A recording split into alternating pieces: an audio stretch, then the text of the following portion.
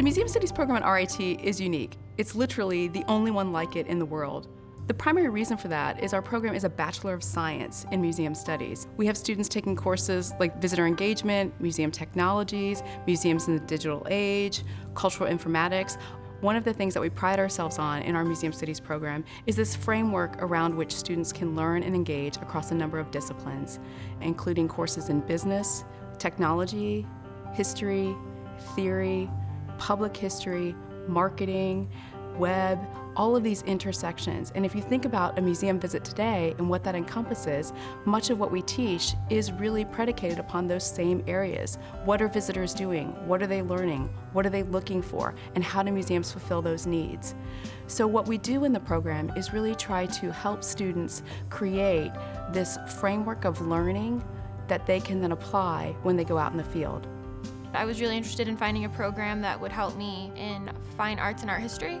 I've always wanted to work in a museum with fine arts, so I figured that with museum studies I would get a broader education, knowing more about museums and how they function. The Museum Studies program, there's definitely a lot of unique opportunities. In my one class last year, we had to use 3D printing, going to the construct, and using technology that we'd never used before. And at first I was really nervous because I'd never done anything with a 3D printer. With another project coming up, I have to use it, and it's not as intimidating anymore. So one of the experiences that we offer for students is the opportunity to collaborate as part of our Genesee Country Village Museum partnership. And I'm holding here an example of one of the outcomes of that partnership. And it's an example of a way that we can build a bridge to a museum in our community. We created these 3D printed hands, which were then attached to the mannequin forms at the museum using techniques and methods that we developed here, like nowhere else in the world. And you can see the clothing on display with accurately sized hands holding parasols and actually gloves and other accoutrements that people would wear in the Victorian era. So this is one example of how we really explore the idea of learning by doing and really build that bridge to technology and innovation that we have here as specialties at RIT. Part of that learning experience is also an internship.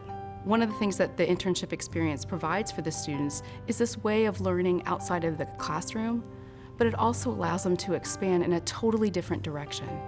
Some of those placements have included the National Geographic Society, the Smithsonian National Air and Space Museum, and a number of other libraries, archives, and museums in the United States, as well as abroad.